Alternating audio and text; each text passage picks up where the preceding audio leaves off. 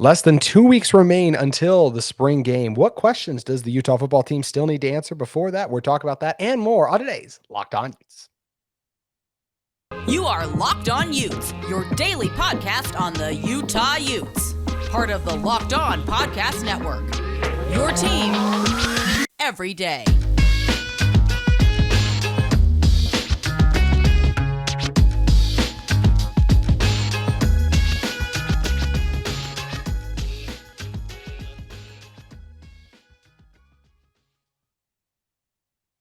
Hello, everyone, and thank you for making Locked On Utes your first listen every single day. We are available on all platforms, including YouTube. If you guys are new to the show, make sure you like and subscribe. You guys can also follow us on Twitter at JT Wistrcill is my personal handle, or you can go to the Locked On Utes Twitter handle at Locked On Utes. My name is JT Wistrcill, former intern inside the University of Utah Athletic Department.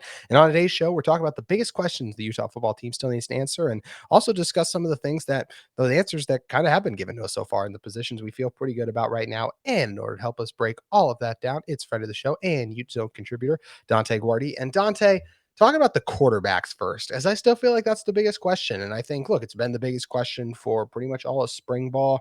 My original biggest question, who would be left tackle? It seems like Satal Laumea has actually performed really well and looked really good in the scrimmage that happened on Saturday from everything we've heard, which is really encouraging. But quarterbacks, what most people's biggest question was, is still kind of up in the air a little bit. Look, Brandon Rose is seeming like the front runner for the job right now, right? But from what it sounds like, neither him nor Bryson looked outstanding in the scrimmage. And we know Nate Johnson is still going to factor into this as well. So it still feels like the biggest question is who is going to be quarterback two, because it still feels open. Yeah, most definitely. I think a lot of those questions, especially the quarterback one, will kind of be answered during the spring game when we can actually see these guys get out there and in live action, really on TV in like a big stage setting. So that's obviously the biggest question. And I think that you're completely right. I don't think anyone's really blown any of the coaches out of the water, any of the staff out of the water, really impressing them. You know, Coach Witt mentioned that completion percentage has been down, and that's something that they would really like to see improve throughout the later parts of spring ball and over the summer and as we head into fall as well. And I think that's going to be something that just continually progresses in a positive direction, simply because they're going to be spending more time with their receivers. You know, Brandon Rose, Bryson Barnes, Nate Johnson.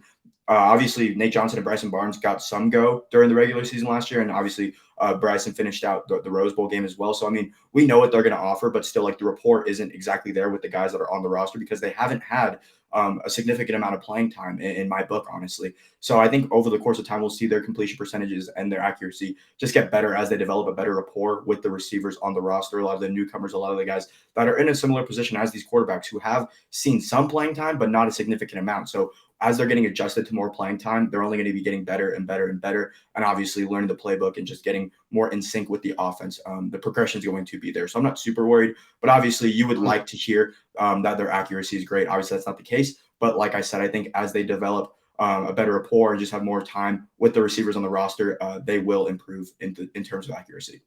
They definitely will improve, especially guys like to what you were talking about with the need for reps and experience. That's where Brandon and Nate really come into it, right? When you look at what Nate did last year, right? He was mainly used as a runner. He threw one pass. It was a very well-designed play to get him an easy completion and a nice touchdown for Logan Kendall. It was a nice highlight on the season, but once again, doesn't really show the ability to operate an offense. Brandon Rose, we've only seen him run the scout team basically. And look, he did a very good job of that from all reports, but there's a reason it's scout team and not the game. It's still a jump. There's still a difference. And it sounds like that is what it looked like in the scrimmage on Saturday. And then when we talk about Bryson as well, look, Bryson's the guy who has the most experience, started the Washington State game, went in the Rose Bowl in 21, also came back in the Rose Bowl in 22. But we know what Bryson is. There's a reason that this quarterback battle was designed to be between Nate and Brandon in terms of this spring battle for reps, because they want to see what those guys can do and the connection they can build, because we kind of know what Bryson is. It feels like he is just kind of what he is at this point. He's a good backup. He is the kind of player where if everything is going well, he will make sure it goes well. He will not be the problem. Maybe he'll miss a throw or two, but you can win games with Bryson Barnes. We have seen that. I think what staff wants is someone like Nate and Brandon Rose who can really make plays to win you games, more so than a Bryson did in the Rose Bowl in that one instance there. So it's still encouraging that these guys are developing at the rate they're kind of developing at. We've seen positive steps in both of them. I know personally I've seen Nate and Brandon make some nice throws at practice. It seems like Brandon has really grown the most since that first spring practice overall. And it sounds like Nate's still done some things with Bryson still being in the running for it too. Look, it's going to be tough if either one of these guys, whether it's Nate or Brandon, and even if Bryson ends up being it, is starting game one against Florida. But to your point with what you're talking about, it's not like we should be sounding the alarms that these guys didn't have the best first spring scrimmage, because we are still, I believe it's what now, 5 months away until the first, and maybe it's even 6. I'm bad at math. Either way, we are a lot of time till that first game. So there's a lot more time for them to go through fall camp and all these things too. So the fact that we're just hearing that, hey, there are some positives out there, what they're doing should be more encouraging to me and what I'm more focusing on rather than overreacting to the negatives, because Utah doesn't play their first game tomorrow.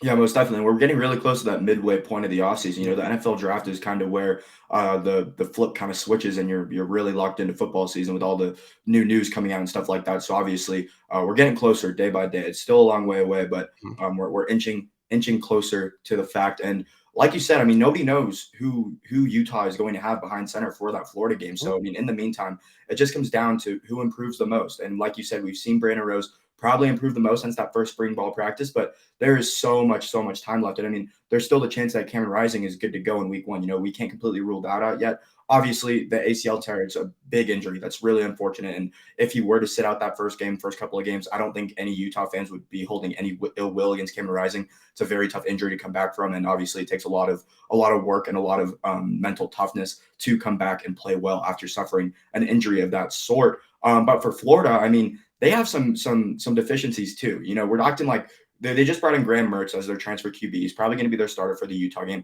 He was not great at Wisconsin. Like, he was perennially He peaked one in of his the first game. worst regarded Big Ten quarterbacks. Like, to put it simply, like, I It's don't true. want to like bag on the kid, but like, it's true. You know, It's he true. came in, was a borderline 5-star recruit, absolutely teared it up in his first career game over the COVID season. His Yep. first career game, I believe, against Illinois, he threw 5 touchdowns, Yeah. over 300 yards, only had like 2 or 3 incompletions on 20-something attempts. He had a flawless first game. And since then, it's just been straight downhill. And he was what held Wisconsin back for all those years. You know, they have Braylon Allen. They have a great offensive line. You know, that team was a quarterback away from being a honestly top 5 team. Like, their defense over the years has been stacked. They've had some good offensive weapons, especially on the offensive line and at the running back position. So they've just been a quarterback away. And now Florida has Graham Mertz playing quarterback, and they do not have anywhere near the caliber of offensive linemen, the caliber of running backs, the caliber of just overall consistency throughout their roster that Wisconsin does. So I think this Florida team is honestly going to struggle really heavily, especially in that first game. You know, Utah's going to be hungry to avenge that loss from last season. I think this Utah team is only going to get better, whereas I think this Florida team is only going to get worse. I expect Utah, regardless of who's playing quarterback, honestly, we'll see. Obviously, the score will differ. If Cameron Rising's playing, I think Utah wins this game by 2 touchdowns at least. If it's anyone else, I think it could be a little bit closer, just because Florida's quarterback obviously has a little bit more experience. And at that point, whoever it is between Nate or Brandon Rose, possibly, it's going to be their first game starting at quarterback for Utah. So obviously the nerves are going to be there. Maybe some pregame jitters, stuff like that could kind of hold them back early on. But I still think Utah gets the win. Like, I'm not super worried about that Florida game. I think the Baylor game the following week is the one that you really have to be looking at if we're going to be talking about in terms of like just overall schematic defense. Like, David Ronda's defense is so schematically sound and so hard to read, especially for young quarterbacks. Like, they disguise so much stuff with blitzes. They'll play linebackers at the line of scrimmage, drop them back into coverage 7-8 yards. I mean, they do so many different things with their defense, and it's really fun to watch and really amazing when it works. I mean, we saw how good Baylor was a couple of years ago when they had Jalen Petrie on that defense. And with David Ronda at the helm, they're always going to be defensively sound. So I think if we're going to look at a game in the early parts of Utah season where there could be a slip up, I think it's definitely the Baylor game and not the Florida game. Hey, good job by you avoiding a slip up by catching your mic right there. Thank you. I feel very similar about not being as concerned with Florida, but I will say there's a little caveat to my concern, and we're going to discuss that in a moment. But first, I want to talk to you guys about our friends at FanDuel Sportsbook. Grand slams, no hitters, and double plays are back, and there is no better place to get in on the MLB action than FanDuel, America's #1 sportsbook. That's because right now, new customers can step up to the plate with a no-sweat first bet up to $1,000. Just go to FanDuel.com/locked-on, sign up, place your first bet, and get up to $1,000 back in bonus bets if your first bet doesn't win. You can do things like if Aaron Judge, if he's just going to pick up where he left off and hit some more home runs, a pitcher to go over on strikeouts, or build a same-game parlay with your favorite matchup of the day. So don't miss your chance to get a no-sweat first bet up to $1,000 when you join FanDuel today. Just go to FanDuel.com/locked-on to sign up. FanDuel, the official partner of Major League Baseball. All right, Dante, you were talking about how you're not as concerned about the Florida game, which I agree with you. I'm very much more concerned about the Baylor game than the Florida game. But there will be one thing that I am concerned about in that Florida game if it doesn't come together for this Utah team, even more so than the quarterbacks, because I do think Utah can win with a game manager, whether that is a Bryson Barnes, a Brandon Rose, or a Nate Johnson. And yes, I expect those guys to act more as game managers in what would be their first. I guess Bryson, it would be his second start. Brandon and Nate, their first real starts. And that's the offensive line and the state of how they are holding up and shaping up. Because the one thing that can obviously turn a game and is one thing Kyle Whittingham is huge on is not turning the ball over. I think the way that those guys would turn the ball over is if they're pressured. And going back to my thing about what questions this Utah team still needs to answer is, do they have the right five up front? We've already talked about it a little bit. Satawa, I feel very good with him at left tackle. Keaton Bills, I feel good with him at left guard. It sounds like the interior, and Mokafisi's probably going to stay at right guard. He struggled a little bit last year, but you expect him to be better. Jaron Kump at center, I'm still iffy. He had a very up and down scrimmage from what we've heard. He had did a good job run blocking a few times, but got pushed around a couple times too by that interior, the Utah D tackles. And look, that is a really strong group. We talk about Licky Vaimahi, Junior Tafuna, but Florida's got a 400-pound D tackle they're going to be throwing out there. So you want to be able to make sure you're ready to hold up, because there might be a situation where you get matched up with him one-on-one. Now, they might try to slide the protection to make sure there's two guys there to hold him, but sometimes you may be faced with him one-on-one. So that's the question. And then the other guy, as I said, Mokafisi, I feel all right with him. I would feel better knowing if he's probably going to be the fourth or fifth best player on this offensive line, but I would want that to be the case rather than him be the third best, which he may be if the season started right now, just based on what we heard about Kump. Unfortunately, Falcon Kalmatule, it sounds like, did not have a great scrimmage at the right tackle spot. And look, Logan Fano is looking very explosive right now. Chase Kennedy's doing some nice things. Jonah Ellis, all that group of guys. But Falcon, if you do have that struggle at right tackle, it's going to be a little concerning because, look, as much as Satawa frustrated me at times last season, he did really come into form later in the season. And against Florida, he was still pretty good overall. So if you get, but he's, like I said, still had some ups and downs. So Falcon was, I mean, no, excuse me, if Satawa was here, I don't want Falcon to be below that because I don't think that's ideal at all. So I agree with you that I'm not as concerned about the Florida game, but just in general, one of my still questions and things I want to figure out is this the right five for this Utah football team? Because based on what we've heard from the scrimmage, I'm not so sure that it is. Yeah, and playing teams like Baylor and Florida in the first 2 weeks are only going to give you a definitive answer Mhm. for that question. You know, if the Utah was playing Southern Utah once again and beating them 70-7, I mean, we wouldn't really have any of those questions answered. Whereas you're playing Power Five athletes, elite level athletes, and your first two games of the season, one being a home game, biggest home opener, probably since Jim Harbaugh came down here. What was that, 9 years ago? And then, I mean, and then the next week going to Baylor, that's Big 12 country, obviously a power conference. Baylor is a team that won that conference not too long ago. So, I mean, they got some athletes as well. Going back to the Florida game, though, if you look back at last season, I feel like that performance from Utah's offensive line was very up and down. Like there were some sequences where it was like, oh my goodness, Utah's offensive line is just bullying them. For instance, that first drive of the second half was very physical, very dominant. I believe Utah ended up getting stopped at the goal line, even though Tavion, I think it was Tavion, he was in the end zone, or maybe You're Cam was in the exactly end right. zone. Yes, you're Yeah, correct. we all know what I'm talking about. Really unfortunate sequence, but Utah's offensive line dominated that sequence. Like that whole drive, it was just ground and pound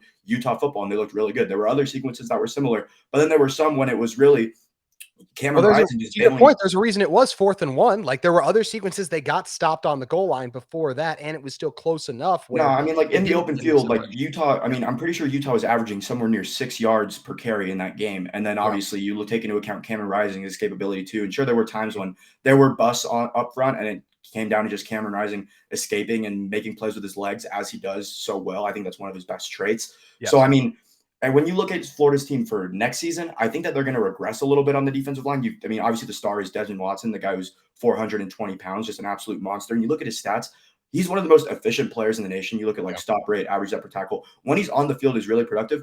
But the thing is, he can't stay on the Yeah. field like that. You know, he weighs He's 200 420 pounds. That's going to take a toll on you. You know, so I mean, he's not on there every single play. And I think Utah can still have their moments in that Florida game. You know, obviously they still have some very good players. I know they're losing Brenton Cox. They lost Yes. him midseason last year. He was a 5-star recruit. He was an extremely talented player. He's no longer there. So they're losing some guys in the end. And I know they're also going to be missing another defensive tackle. So, I mean, they have as many question marks on their defensive line as Utah does on their offensive line. So, once again, I'm more worried about Baylor when it comes to their defensive line than I am about Florida. That's just me personally speaking. I'm a little bit lower on Florida than I think most of the consensus will be this year. But, I mean, I just think they're just going to regress so much, and they really didn't show any promise towards the back end of last season, showing any sort of improvement. I agree. It'll be really interesting to see how year 2 for Billy Napier ends up looking out. But going back to what I was saying, so quarterback, offensive line, those are my 2 biggest questions I still want to get figured out over the course of spring ball. And I'm okay if it takes fall camp to figure some of those things out too. Are there any big concerns that, or just I shouldn't say concerns, but questions you still have about this Utah team that we haven't answered yet? Not necessarily. I wouldn't say this is like a big question. I feel comfortable with the decision the coaches will make because of who's on the roster. Agree. But I think seeing who the lead cornerback Mhm.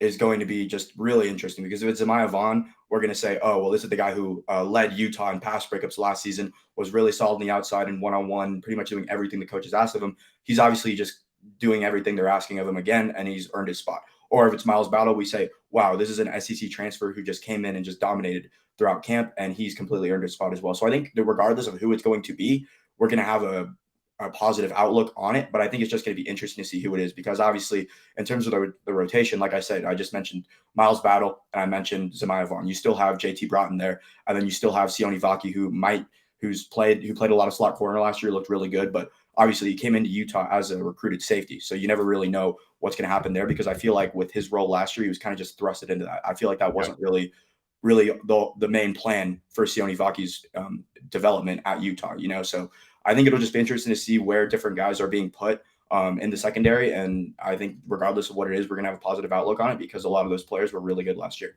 It will be interesting, and based on Isabel's transferring out, we haven't seen a lot of Nate Ritchie, obviously either. It seems like Vaki will definitely be needed at the safety spot, so we'll be interested to see how the corners come together. Got young recruits like Smith Snowden and all those guys coming in too. Going to what we feel really good about post spring ball, or at least 3 weeks into spring ball.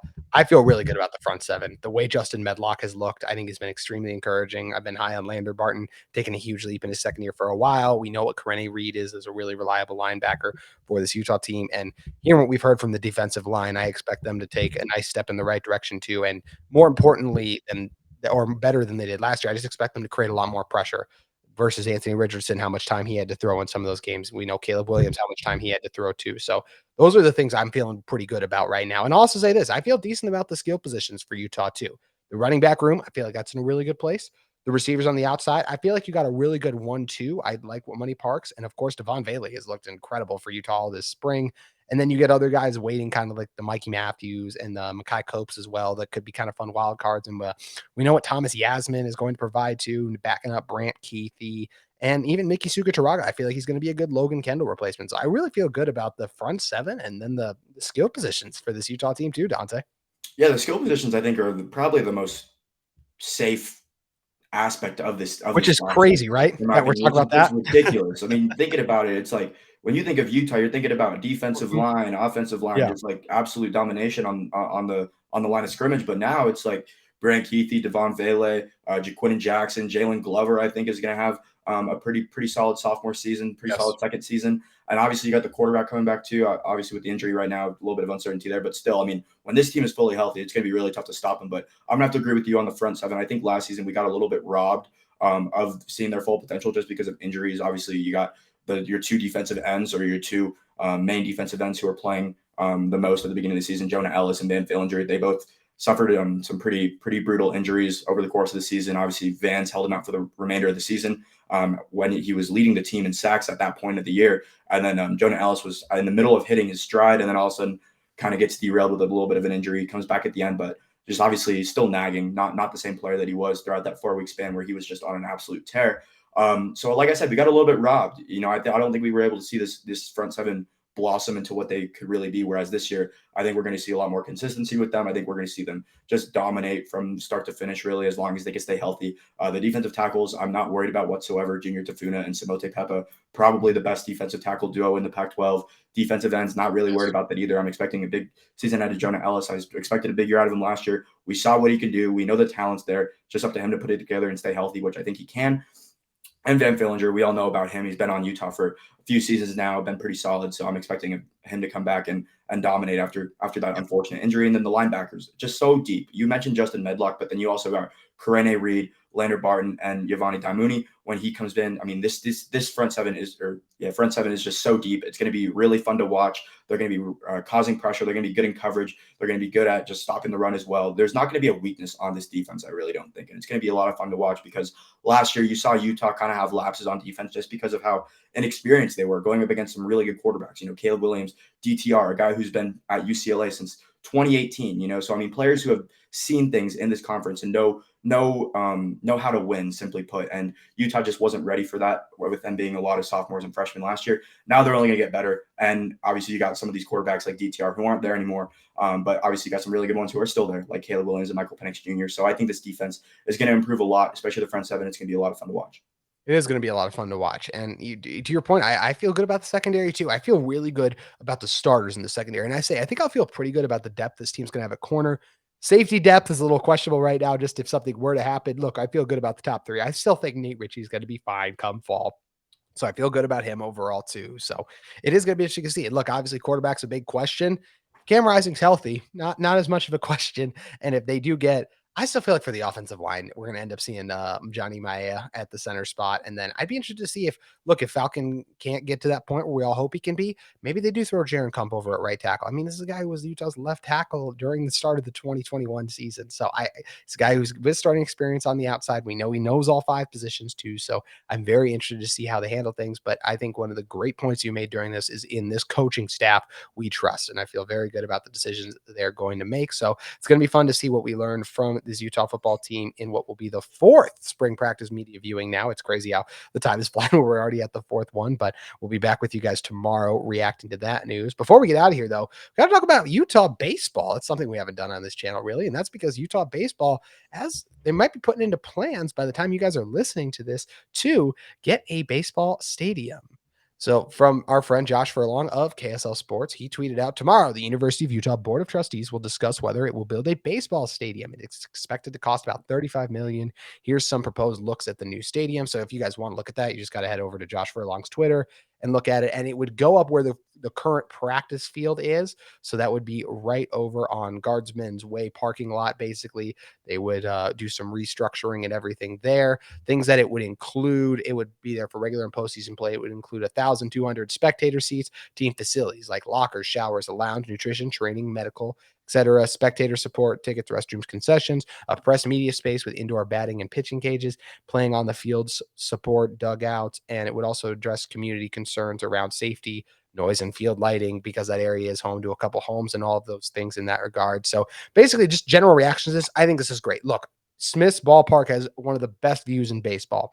Unfortunately, it's not going to be the home of the Bees much longer, and obviously not going to be the home of the Utes much longer either, with the plans changing and the fact that the Bees are relocating out to Daybreak and everything going on there. So I do think it's really important for this Utah team to find their new baseball home. And also, look, I've called some Utah baseball games in the past. The crowds have never been great. And I think part of the reason that is, and I'm not accusing anyone of not showing up. I think it's those of you have that shown there. It's a good product. It's fun to get out and go over there. But I think having it on campus would lead to much better support. I think there'd be a lot more students who'd be like, hey, we got nothing going on today. Let's just walk to the game rather than having to take tracks and wait around or bus over and try to find parking spot for the Bees first, the Salt Lake Bees stadium down there. And it's a decent parking lot, but still just more of a hassle to drive than it is to walk normally. So Dante, I think it'd be great to get a baseball stadium. We just talked about all these like football programs on this show that Utah's, kind of competing and trying to vie for. All of them obviously have their own baseball fields. And I think it'd be great if Utah could have something that was their own. There's just more pride when you get the Ute logo on the field, which is something that you obviously don't have at Smith's Ballpark right now. So I think this would be great, and I hope they approve it. Yeah, I think it's definitely a win-win situation for the program in general. I think it helps out recruiting, obviously helps out with fan support. There's not really a negative to be had in this situation. Yeah. I don't think. I mean, like I said, there's really no negative to be had. It's going to increase fan support, and it's going to increase just the overall support for the program, which is kind of been lacking over the years, as you mentioned. And you look at the Pac-12, I mean, Oregon State won a national championship not too long ago. Adley Rutschman is one of the best prospects in baseball. Came out of Oregon State. USC has one of the most storied college baseball programs of all time. The Pac-12 is a very respected college baseball conference. And if Utah's able to just keep trending in the right direction and kind of maybe just putting their name out there and just getting a little bit more exposure, it's definitely going to help the brand for the conference, and it's definitely going to help the brand for the university having another sport that is competitive. Because I mean, you look down the line of Utah sports, like there's not many other universities that are having as many teams ranked as the University of Utah's. Football, women's basketball, women's volleyball. The list goes on. There's a ton of sports that Utah is just dominating. Skiing, obviously, being the one that Utah just mops the floor with everyone. And so, I mean, there's a lot of sports that Utah is very good at. And if we're going to add another one to the list, I am certainly the last one to be complaining. And I'd go to games. I mean, that'd be perfect. I love watching baseball. I like watching college baseball. I think it's really electric. I think women's softball is also crazy fun to watch too. I mean, there's a lot of college sports that are really fun to watch that just simply don't get the exposure that they need. And I think that building a baseball field will give Utah baseball a lot more exposure. And I think it'd be a fun environment and a fun team to watch play if they're able to get the necessary funding. 100%. And look, they would still have an outstanding view. I think we've all been up by where they would be building the stadium right along there. So I think it would still be a great view for them to have. And I do think it's a win-win, as you mentioned, for all parties involved. Also for Utah baseball, I mean, they've been towards the bottom of teams in the Pac-12 for the past few years. I think having a stadium on campus, getting more support, a place you call your own home, I think that would help. Yes, I think it's cool when you bring recruits in, you can be like, oh, this is where you'll be playing at. But at the same time, like, you just know it's not yours. I think there's something about that just it'll always leave a little bit of a bad taste in your mouth that it's not yours. So I think that's one of the really exciting things. And hopefully this get approved. And if it does, we will be reacting to it on this show later this week, just like we're going to be reacting to the latest from Utah spring football tomorrow. If you guys want more of Dante's content, make sure you guys head over to UteZone.com. Also give him a follow at Dante Guardi on Twitter. Dante, thanks for joining us. Of course. Thank you, JT. That's going to do it for today's edition of Locked On Utes, but we'll be back with you tomorrow.